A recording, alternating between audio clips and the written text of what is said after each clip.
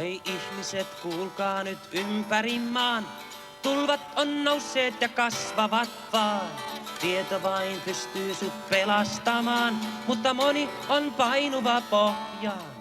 Rauhanjärjestö Sadankomitea järjestää tällaisen rauhanmarssin jonkin ajan päästä ja nämä julisteet mainostaa sitä.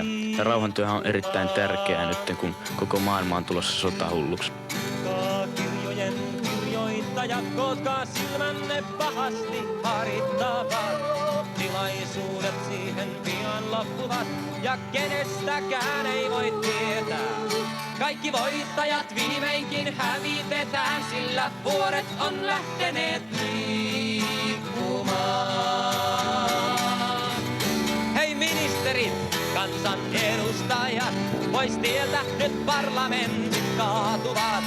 Kuurot ja sokeat loukkaantuvat, kun taistelu kaduilla riehuu. Ikkunat pirstoiksi helähtävät, sillä vuoret on lähteneet liikkumaan. Ollaan tehty edes vähän ainakin sen hyväksi, eikä ainakaan mun kohdalta tää jää tähän. Mitä varten sä tässä koko ajan ympärille vilkkuilet? Onko tässä touhus niin jotain pelättävää? No kun se on jonkin verran kiellettyä, kun yleensä noita ei saisi paljon minnekään laittaa noita julisteita. Ja jos poliisi tulee, niin hyvinkin joudutaan putkaan vaikka. Kuurot ja sokeat loukkaantuvat, kun taistelu kaduilla riehuu.